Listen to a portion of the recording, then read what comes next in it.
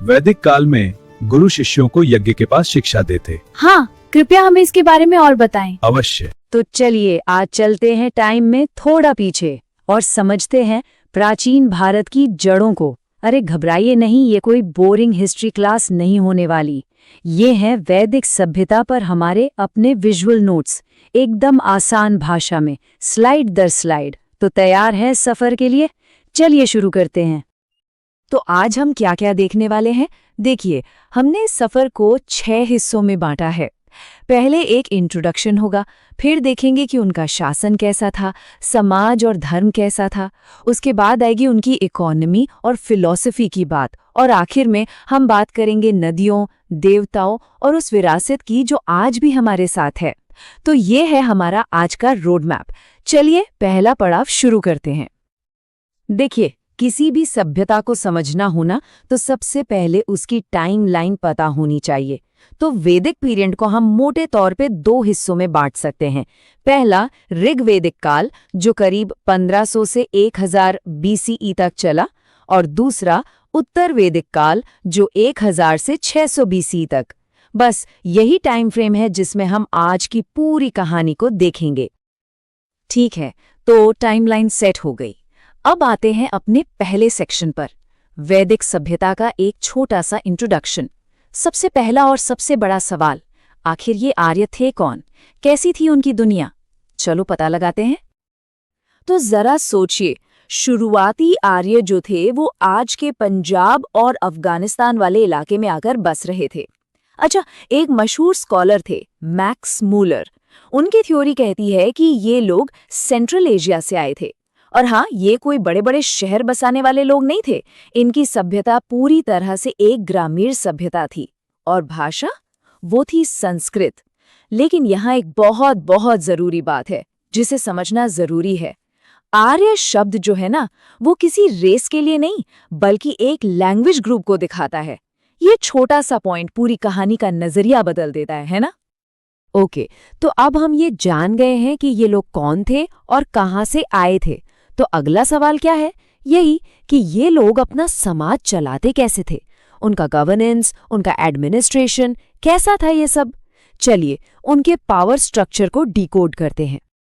उनका administration system ना कमाल का ऑर्गेनाइज था, बिल्कुल एक पिरामिड की तरह सोचिए। सबसे बेस पर था कुल, मतलब फैमिली। फिर कई कुल मिलकर बनाते थे एक ग्राम यानी गांव, जिसका हेड होता था ग्रामीणी। कई गांव मिलकर बनते थे विश, जिसका लीडर था विशपति। और फिर कई विश मिलकर बनाते थे एक जन, मतलब कबीला, जिसका राजा होता था राजन। और इन सब को मिलाकर जो सबसे ऊपर था वो था राष्ट्र का कॉन्सेप्ट। अब देखिए, राजा अकेला सब कुछ नहीं करता था, उसकी मदद के लिए एक पूरी टीम थी। जैसे रत्नी थे जो उसके टॉप के मंत्री हुआ करते थे। फिर पुरब था जो किले का कमांडर था। स्पर्श थे जासूस जिनकी नजर हर तरफ रहती थी। वाजपति चरागाह की जमीन देखता था, और उग्र का काम था क्रिमिनल्स को पकड़ना। लेकिन सबसे हैरान करने वाली बात पता है क्या है? पूरे ऋग्वेद में किसी जज या जुडिशियल ऑफिसर का कोई जिक्र ही नहीं है।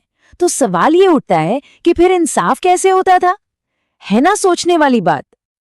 जैसे जैसे वक्त आगे बढ़ा, मतलब उत्तर वैदिक काल आया, तो ये सिस्टम और भी कॉम्प्लेक्स हो गया। ये टेबल इसे एकदम सिंपल तरीके से समझाती है। देखिए, राजा किस डायरेक्शन में राज कर रहा है, इस हिसाब से उसका टाइटल बदल जाता था। मतलब पूरब का राजा कहलाता था सम्राट, पश्चिम का स्वराष्ट्र और उत्तर का विराट। कमाल है ना पावा का ये ज्योग्राफिकल डिवीजन। चलो अब पॉलिटिक्स और एडमिनिस्ट्रेशन से थोड़ा ब्रेक लेते हैं। अब हम वैदिक समाज के दिल में झांकते हैं। उनकी सोशल और रिलीजियस लाइफ कैसी थी, उनके रीति रिवाज क्या थे, उनके विश्वास क्या थे। चलिए इसे थोड़ा और करीब से समझते हैं। राजा को सलाह देने के लिए 2 बहुत इंपॉर्टेंट काउंसिल्स थीं, सभा और समिति। अब दोनों में फर्क था। सभा एक तरह से कह सकते हैं कि इलीट क्लास या बड़े बुजुर्गों की मीटिंग थी। वहीं दूसरी तरफ समिति आम लोगों की असेंबली थी, जहां सब अपनी बात रख सकते थे। और हाँ, इन दोनों असेंबली के जो प्रेसिडेंट होते थे उन्हें ईशान कहा जाता था। अब आते हैं युद्ध पर। पता है वो लोग वॉर के लिए कौन सा शब्द इस्तेमाल करते थे? गविष्ठी। और इसका मतलब है गायों की खोज। मतलब इससे साफ पता चलता है कि गाय उनके लिए कितनी ज्यादा कीमती थी। अच्छा, सबसे फेमस लड़ाई जो थी वो थी दशराज्य युद्ध या 10 राजाओं का युद्ध।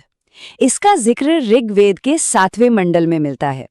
ये लड़ाई परुष्णी नदी, जिसे आज हम रावी नदी कहते हैं, उसके किनारे लड़ी गई थी। एक तरफ थे राजा सुदास और दूसरी तरफ 10 कबीलों का गठबंधन, और जीता कौन? राजा सुदास। अब बात करते हैं समाज के स्ट्रक्चर की। समाज 4 वर्णों में बटा था: ब्राह्मण, क्षत्रिय, वैश्य और शूद्र। लेकिन यहाँ एक बहुत जरूरी बात है जिसे अक्सर लोग गलत समझ लेते हैं। ये जो डिवीजन था ना, ये जन्म पर नहीं बल्कि प्रोफेशन यानी काम पर आधारित था। मतलब जो जैसा काम करता था वो उस वर्ण का होता था। ये जन्म से तय होने वाली कास्ट सिस्टम नहीं थी। और अगर फैमिली लेवल पर देखें तो समाज पैट्रियार्कल था, यानी पितृसत्तात्मक, और परिवार के हेड को कुलब कहा जाता था। और ये जानना भी बहुत दिलचस्प है कि ऋग्वैदिक काल में महिलाओं की स्थिति काफी अच्छी थी, काफी सम्मानजनक थी। औरतें अपने पतियों के साथ यज्ञ जैसे बड़े बड़े अनुष्ठानों में हिस्सा लेती थीं। उस समय न तो बाल विवाह था और न ही पर्दा प्रथा। यहाँ तक कि अगर कोई विधवा हो जाती तो उसे अपने देवर से शादी करने की भी इजाजत थी। और बात सिर्फ इतनी ही नहीं है, उस जमाने में लोपामुद्रा, घोषा और विश्वावरा जैसी पढ़ी लिखी विद्वान महिलाएं भी थीं। कमाल है ना? तो ठीक है, हमने समाज को समझ लिया, पर ये लोग अपना पेट कैसे भरते थे? उनकी इकोनॉमी कैसी थी? अब हम इसी पर बात करेंगे, उनकी आर्थिक स्थिति और उनकी फिलॉसफी पर। वो क्या काम करते थे, ट्रेड कैसे करते थे, और इंडिया की जो फिलॉसफी है उसकी शुरुआत कहाँ से हुई? तो देखिए, उनकी इकोनॉमी का जो मेन बेस था वो था पशुपालन और खेतीबाड़ी। घोड़ा उनके लिए बहुत कीमती था, लड़ाई और ट्रांसपोर्ट के लिए। लेकिन सबसे पवित्र जानवर थी गाय, जिसे वो अधन्या कहते थे। अधन्या मतलब जिसे मारा ना जा सके। और इसी दौर में एक बहुत बड़ा आविष्कार हुआ, लोहे का। लोहे को वो कहते थे श्याम अयस, मतलब काला मेटल, और तांबे को कहते थे लोहित अयस, मतलब लाल मेटल, ताकि दोनों में फर्क पता चले।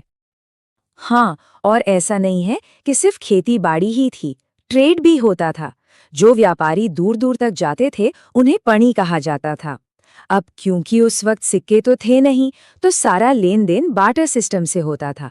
मतलब एक सामान के बदले दूसरा सामान। और एक और मजेदार बात, उस जमाने में भी ब्याज पर पैसा देने वाले लोग थे, जिन्हें वेक नॉट कहा जाता था। तो हमने उनकी इकोनॉमी देख ली। अब चलते हैं उनकी आध्यात्मिक दुनिया में, वो दुनिया जहां नदियां और देवता बसते थे। कौन सी नदियां थी उनके लिए सबसे पवित्र, और वो किन देवी देवताओं की पूजा करते थे? ये स्लाइड मुझे पर्सनली बहुत पसंद है। ये उस जमाने की नदियों को आज के नामों से जोड़ती है। जैसे ऋग्वेद की पुरुषणी नदी आज की रावी है, वितस्ता नदी आज झेलम है, और एस्किनी आज की चिनाब नदी है। ये बिल्कुल वैसा ही है जैसे हम इतिहास और आज के बीच एक पुल बना रहे हों। तो अब मिलते हैं ऋग्वेदिक काल के देवताओं से। सबसे बड़े और सबसे इंपॉर्टेंट थे इंद्र, जो युद्ध और बारिश के देवता थे। फिर थे अग्निदेव, जो इंसानों और देवताओं के बीच एक मैसेंजर का काम करते थे। वरुण देव का काम था दुनिया का बैलेंस बनाए रखना। देव सबसे पुराने आकाश के देवता माने जाते हैं, और इनके अलावा सोम, विष्णु, मरुत जैसे और भी कई देवता थे जिनकी पूजा होती थी। और अब हम आ गए हैं अपने फाइनल सेक्शन पर, विरासत और कुछ जरूरी फैक्ट्स। मतलब वैदिक युग ने हमें दिया क्या, वो कौन सी चीजें हैं जो आज भी हमारे साथ हैं, और कौन से हैं वो की पॉइंट्स जो हमें हमेशा याद रखने चाहिए। तो देखिए, उत्तर वैदिक काल में कुछ बड़े बदलाव हुए। इंद्र की जगह प्रजापति सबसे इंपॉर्टेंट देवता बन गए।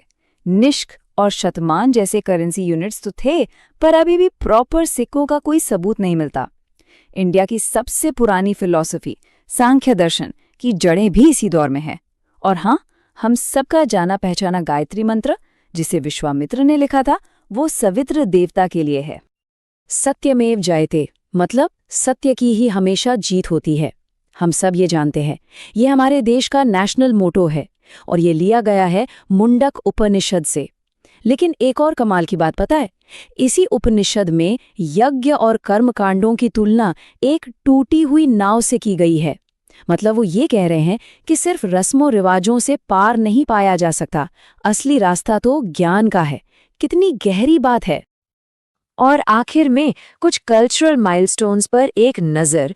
उत्तर वैदिक काल में पहली बार पक्की ईंटों का इस्तेमाल हुआ कौशाम्बी शहर में। आज जो हम श्राद्ध की रस्म देखते हैं, उसकी शुरुआत निमि ऋषि ने की थी। और सबसे बड़ी बात, हमारी दो सबसे बड़े महाकाव्य महाभारत, जिसका पुराना नाम जय संहिता था, और रामायण, इन दोनों की जड़ें भी इसी दौर से जुड़ी हैं। तो इस पूरे सफर के बाद एक सवाल तो बनता है, वैदिक काल ने हमें इतनी बड़ी विरासत दी है, पर उसमें से कौन सी चीज़ है जो आज भी हमारी दुनिया में, हमारी जिंदगी में सबसे ज्यादा जिंदा है? क्या वो उनकी फिलॉसफी है, उनकी भाषा है, या उनके कुछ रीति रिवाज? ये एक ऐसा सवाल है जिस पर सोचना तो बनता है।